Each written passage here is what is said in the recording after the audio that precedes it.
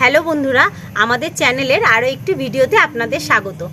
বাঙালির ঘরে ভাপা একটি পরিচিত রান্না, আর এই ভাপা রান্নাটাই আমরা এক একজন এক একভাবে করে থাকি।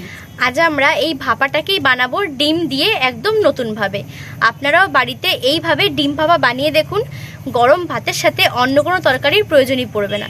চলুন তাহলে রেসিপিটা দেখে নেওয়া যাক।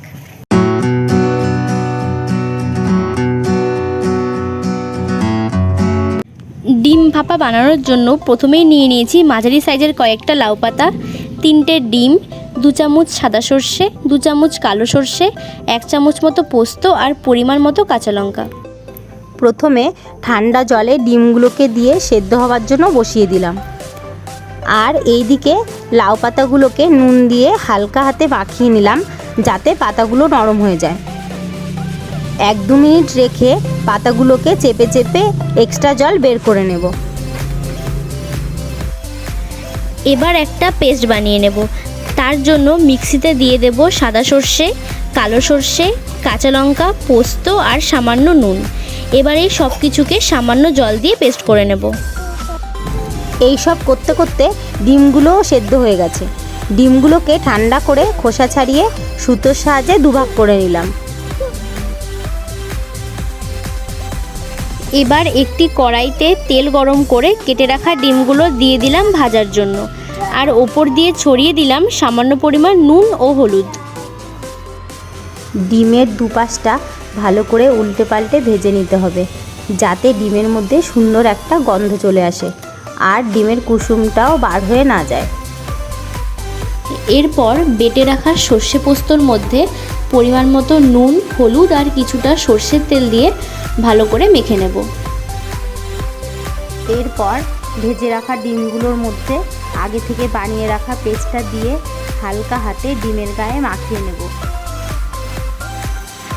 আমরা তো এই রান্নাতে ডিমগুলোকে অর্ধেক করে ইউজ করেছি, আপনারা চাইলে গোটা ডিমও ইউজ করতে পারেন। গোটা ডিম নিলে ডিমটাকে একটু চিড়ে দেবেন, তাহলে সর্ষে পোস্তর পেস্টটা ডিমের মধ্যে ভালো মতো ঢুকে যাবে আর খেতেও ভালো লাগবে। এবার একটি থালার ওপর লাউ পাতা বিছিয়ে নিয়ে তার ওপর অর্ধেক ডিম আর কিছুটা মশলা দিয়ে লাউ পাতাটাকে চারদিক দিয়ে ভালো করে ভাঁজ করে সুতো দিয়ে বেঁধে দেব। সুতো দিয়ে না বাঁধলেও লাউ পাতাগুলো খুলবে না, যেহেতু আমরা এটাকে পরে ভাজবো তাই সুতো দিয়ে বাঁধলাম।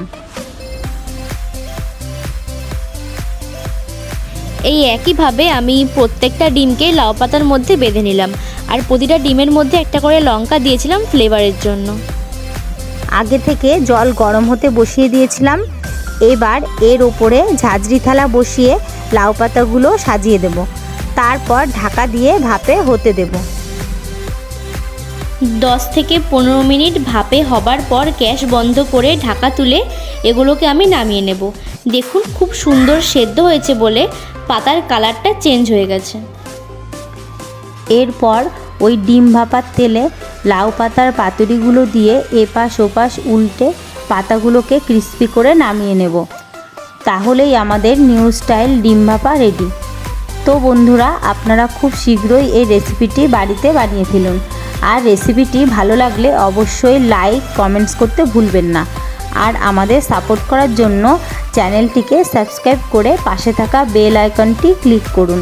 তাহলে দেখা হচ্ছে নেক্সট কোনো ভিডিওতে।